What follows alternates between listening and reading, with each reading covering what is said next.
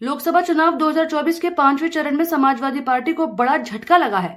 सपा विधायक मनोज पांडे ने शुक्रवार को रायबरेली में अमित शाह की मौजूदगी में भाजपा में शामिल हो गए। इस दौरान गृह मंत्री अमित शाह ने मनोज पांडे को पार्टी का पटका पहनाकर भाजपा में शामिल कराया। भाजपा में शामिल होने के बाद सपा विधायक मनोज पांडे ने कहा कि राजनीति रहे ना रहे, लेकिन सनातन के साथ रहेंगे। गर्दन भले ही कट जाए, लेकिन भगवान राम ही मेरे हैं। तो वहीं अमित शाह ने विपक्षी गठबंधन पर हमला करते हुए कहा कि ये लोग अगर आएंगे तो राम मंदिर पर ताला लगाएंगे, बाबरी मस्जिद बनाएंगे। इस दौरान अमित शाह ने कहा कि रायबरेली अमेठी की यह सीट गांधी परिवार की सीट नहीं रहेगी। जो संकट में साथ देता है, सीट उसकी होती है। यह बीजेपी की झोली में जा रही है। कांग्रेस सरकार में राहुल बाबा के दौरान कई करोड़ का घोटाला किया, तो वहीं मोदी के ऊपर चवन्नी का दाग नहीं है। अमेठी और रायबरेली के लोग अपना बेटा मानते हैं, लेकिन यह नहीं मानते ये इंडी अलायंस वाले आएंगे तो राम मंदिर पर फिर से बाबरी ताला लगाएंगे। क्या आप चाहते हैं? जोर से बोलिए, चाहते हैं क्या? भाइयों बहनों, एक कांग्रेस पार्टी इंडी अलायंस परिवारवादी गठबंधन है।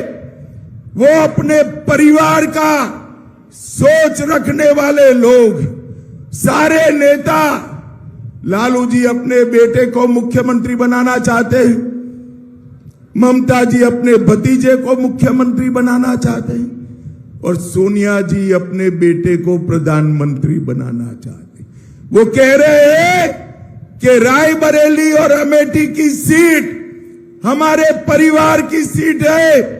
आज मैं पूछने आया हूं, किसने विल में दी भाई सीट?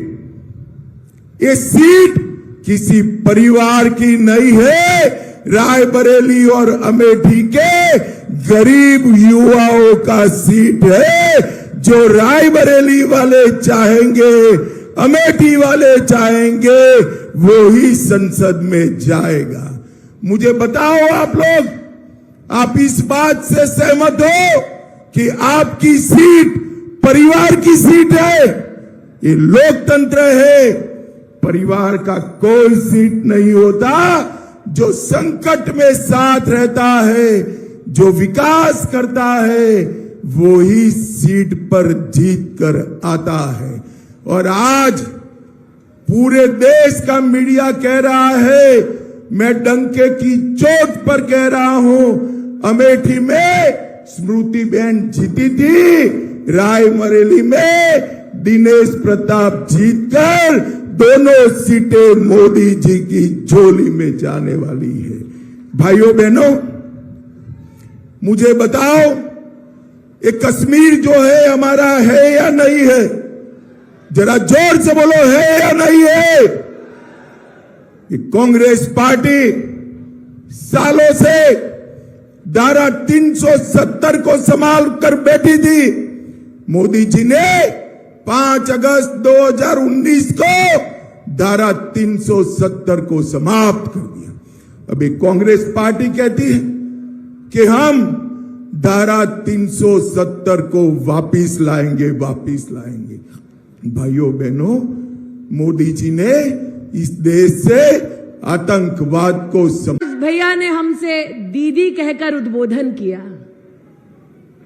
फर्क यह है डॉक्टर साहब, आज आप दवा करने आए हैं, कांग्रेस से मुक्त रायबरेली को करने आए हैं, और कांग्रेस नाम की जो भ्रष्ट बीमारी कुछ लोगों को हो गई है, उनका इलाज करने आए हैं। मैं दीदी के नाते इतना कहती हूं, बहन हूं, लेकिन रिश्तों का कभी मैंने सौदा नहीं किया है।